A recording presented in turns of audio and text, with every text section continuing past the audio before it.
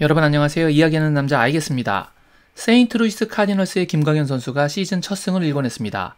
5와 3분의 2이닝 동안 5피안타 1실점, 8개의 삼진으로 평균 자책을 9.00에서 4.15로 크게 낮췄습니다. 그리고 시즌 첫 안타도 기록했습니다. 완벽하게 이어지던 투구였는데 이전까지 잘 막아냈던 카스테야노스와의 세 번째 대결에서 피홈런을 허용하고 말았죠. 4구까지 카스테야노스가 취약한 바깥쪽 낮은 공을 잘 던졌었는데 5구째 슬라이더가 너무 가운데로 들어가면서 홈런을 주고 말았습니다. 하지만 이건 어디까지나 아쉬웠던 내용이고 오늘 피칭은 거의 완벽에 가까운 멋진 투구였습니다. 오늘은 환상적이었던 김광현 선수의 투구 중 결정적이었던 몇 장면에 대한 분석을 해보려고 합니다. 그럼 시작하겠습니다. 우선 첫 번째로 다뤄볼 승부는 2회에서 7번 타자 인디아와의 승부입니다. 선두 타자가 2루타를 치고 득점권에 있는 위기의 상황이었습니다. 응원하는 입장에서는 긴장이 될 수밖에 없었는데요. 바깥쪽 공에 상대적으로 취약한 인디아에게 바깥쪽으로 파고드는 90.5마일의 포심 패스트볼을 집어넣었습니다. 그리고 거의 똑같은 위치로 똑같은 포심을 던지는데 초구와 제2구의 포심 사이의 구속 차이가 무려 4.6마일이나 납니다. 이게 시속으로 바꾸면 약 7.4km거든요. 같은 구종으로 이렇게 구속이 차이나게 공을 던졌기 때문에 비록 카운트가 볼로 판정받긴 했지만 제3구가 더욱 위력적일 수 있었습니다. 이번에도 비슷한 지점으로 공을 던졌기 때문이죠.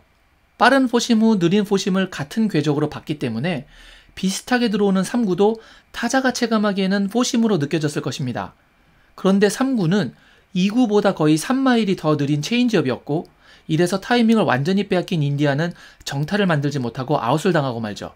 저는 이 같은 코스에 3색 구종을 던지는 모습을 보고 개인적으로 오늘 됐다, 오늘 괜찮네 이런 생각이 들었습니다. 다음으로 분석해볼 인상적인 장면은 4회 선두 타자로 나왔던 수아레스와의 대결이었습니다. 우선 초구가 높게 들어갔습니다. 그리고 제2구도 제구가 좀 높게 형성됐죠. 그런데 3구는 더 높게 들어가면서 3볼이 되는 아주 불리한 상황이 됐습니다. 그 순간 전 이닝에서 김광현 선수가 안타를 만들기 위해서 전력 질주했던 모습이 생각났습니다. 지난 경기에서도 전력 질주 후 투구가 좀 흔들렸었습니다. 그랬는데 바로 전 이닝 전력 질주 후 첫 타자를 상대로 3연속 볼을 던지다 보니 다소 걱정이 되기 시작했죠. 하지만 제 걱정은 쓸데없는 것이었습니다. 이전 3구를 모두 포심을 던졌었는데 4구도 포심이었습니다. 같은 그립과 같은 동작으로 4연속 투구를 했기 때문에 이제 커맨드가 회복이 되고 스트라이크 존에 공을 집어넣었습니다. 제 5구도 존에 살짝 걸치는 포심으로 헛스윙을 잡아내죠. 수아레스는 5개의 공을 모두 높은 포심 패스트볼만 상대한 상태이고 카운트는 3-2 풀카운트였습니다. 이 장면에서 수아레스는 처음으로 높은 곳이 아닌 낮은 곳 그리고 포심이 아닌 7마일이나 느리게 휘어지면서 들어오는 슬라이더가 들어오니 속절없이 삼진을 당하고 맙니다. 타격 이후 흔들렸던 제구를 중간부터 잡아내고 절대적으로 불리했던 볼 카운트를 극복하며 오히려 삼진을 잡아냈던 제가 선정한 결정적인 장면이었습니다. 이번에는 5회 윙커와의 대결입니다. 윙커와의 세 번째 승부였던 이 대결에서 5개의 공을 모두 바깥쪽으로 승부해 볼 카운트를 1&2로 유리하게 가져갔습니다. 그런데 6구째에 바깥쪽 볼을 요구했던 몰리나의 의도와는 다르게 김광현 선수가 실투가 나오며 반대 투구가 되어버리고 맙니다. 김광현 선수가 초구에 포심을 던진 것을 제외하면 그 이후에 던진 연속 5개의 투구가 모두 변화구였습니다. 그런데 타자가 이 몸쪽으로 들어온 반대 투구에 반응하지 않았거든요. 여기서 몰리나가 참 대단한 리드를 가져갑니다. 몰리나는 반대 투구가 나왔던 김광현에게 그냥 다시 그쪽으로 포심을 던지라고 합니다. 바깥쪽 공은 계속 파울로 커트하다가 몸쪽 공에 반응하지 않았던 윙커를 상대로 말이죠. 이 공의 의미가 상당히 컸던 이유는 김광현의 커맨드가 흐트러지는 것을 그냥 자연스럽게 그 방향으로 다시 던지게 하면서 구종도 포심을 던지게 해 볼 컨트롤을 잡아준과 동시에 그 다음에 던질 바깥쪽 결정구의 위력을 더 높여줄 수 있는 선택이었기 때문이죠. 그런데 그 전에 바깥쪽 공을 다 컷했었던 윙커였습니다. 그래서 이번에는 바깥쪽으로 덜 빠져나가는 대신 아래로 공을 떨어뜨립니다. 이전 바깥쪽 공이 다 이 정도 궤적으로 빠져나가는데 8구째 이런 궤적으로 공이 들어온다? 체감상 굉장히 안쪽으로 들어온다고 느껴질 수 있거든요. 그러니 스트라이크라고 생각하고 타자가 반응을 안 할 수가 없습니다.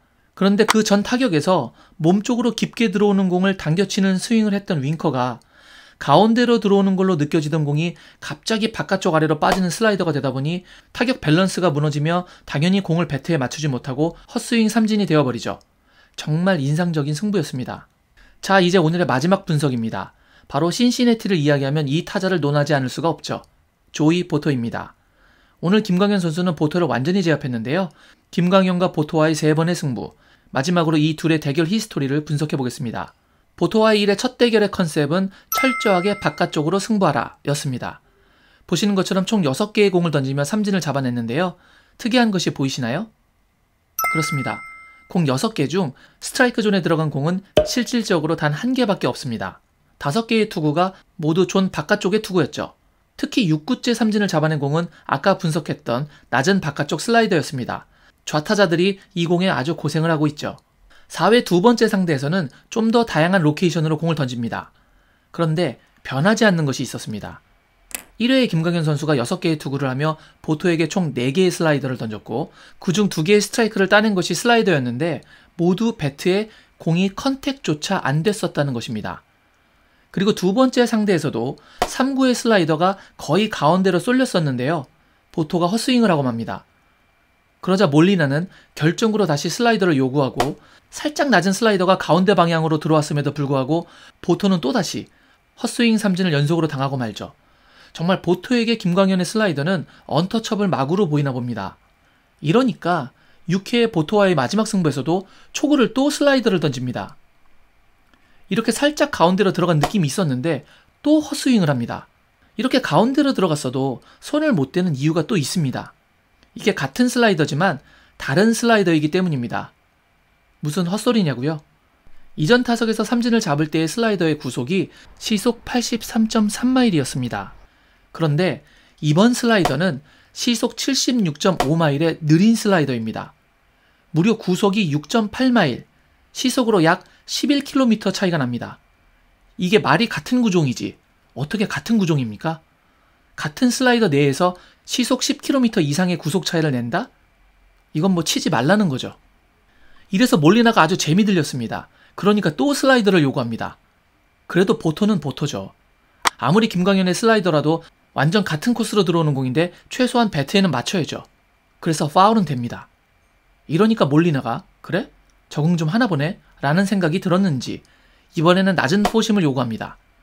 이렇게 한번 다른 공 보여주고 그래, 보토는 역시 슬라이더지. 이런 마음으로 바깥쪽 슬라이더를 다시 요구합니다. 그리고 이 공이 정확하게 맞지 않아 김광현에게 정면으로 굴러가며 타자 아웃이 되고 말죠. 이 장면에서 김광현의 안정적인 수비가 훌륭했습니다. 아무래도 보토는 김광현의 슬라이더가 징그러울 것 같네요. 어떠셨나요? 즐겁게 보셨는지 모르겠습니다. 김광현이 첫 번째 등판에서 예열을 마친 뒤 두 번째 등판에서 쾌조의 스타트를 끊었습니다. 이제 부상 없이 본인이 가진 실력대로만 던져준다면 지난 시즌보다 훨씬 좋은 결과를 만들어낼 수 있을 것이라고 믿으며 오늘 준비한 영상은 이만 마무리하도록 하겠습니다. 오늘 영상이 마음에 드셨다면 구독과 좋아요 부탁드리겠습니다. 저는 다음 코리안 메이저리거 경기 후에 찾아뵙겠습니다. 여러분들 건강하세요. 역시 I guess.